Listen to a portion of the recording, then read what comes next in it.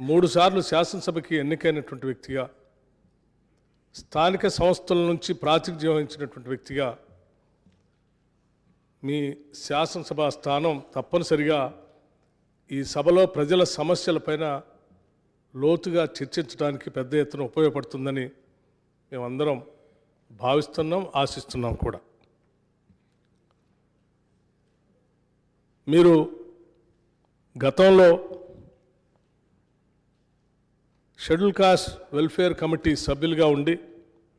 ఆ తర్వాత చైర్మన్గా కూడా ఉండి, ఆ సమస్యలపైన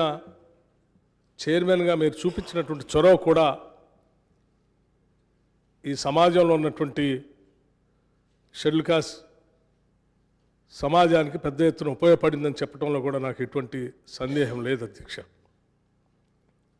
అలాగే మీరు గతంలో హ్యాండ్లూమ్ మంత్రిగా పనిచేసినప్పుడు చేనేత కార్మికుల యొక్క బాధల్ని అర్థం చేసుకొని వాళ్ళకు ఉన్నటువంటి లోన్లని మీరు ప్రత్యేక చొరవ తీసుకొని మాఫీ చేయించడం కోసం మీరు చేసినటువంటి ప్రయత్నం కూడా ఈ సమాజంలో ఇబ్బందుల్లో ఉన్నటువంటి ప్రజలపైన మీకున్నటువంటి మనసుకి స్పష్టంగా అర్థం పడుతూ ఉంది. మీలాంటి వ్యక్తులు ఈ శాసనసభ స్థానానికి సభాపతి కావటం, ఈ సభలో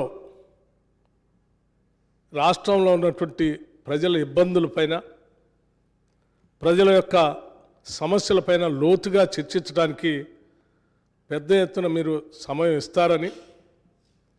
ఆ దిశలో సభ్యులందరికీ కూడా వారి వారి గౌరవం కాపాడుతూనే, వారికి ఇవ్వాల్సినటువంటి సమయాన్ని ఇస్తూనే, వాళ్ళ హక్కులను కూడా కాపాడే ప్రయత్నంలో ఎటువంటి లోపం ఉండదని నేను భావిస్తూ ఉన్నాను. మీకున్నటువంటి అపారమైనటువంటి అనుభవం ద్వారా మీరు ఈ శాసనసభకి సభాపతిగా ఎన్నిక కావటం, మీతో పాటు పనిచేసినటువంటి శాసనసభ్యులుగా మేమందరం ఈరోజు గర్విస్తూ ఉన్నాం. మీరు సభాపతి స్థానంలో కూర్చొని ఈ రాష్ట్రం ఎన్నో కోరికలతో, ఎన్నో ఆలోచనలతో, ఎన్నో కలలతో తెచ్చుకున్న తెలంగాణ రాష్ట్ర భవిష్యత్తు కోసం ఈ రోజు నుంచి జరిగేటువంటి ఈ శాసనసభ సమావేశాల్లో చర్చలు అర్థవంతంగా ప్రజల సమస్యల్ని పరిష్కారం చేసేటువంటి దిశగా మీరు సలహాలు, సూచనలు ఇస్తారని, ఆ దిశలోనే ఈ సభని ముందు నడుపుతారని ఆశిస్తూ, మీ ఎన్నికకి సహకరించినటువంటి అన్ని రాజకీయ పార్టీల ఫ్లోర్ లీడర్స్ అందరికి కూడా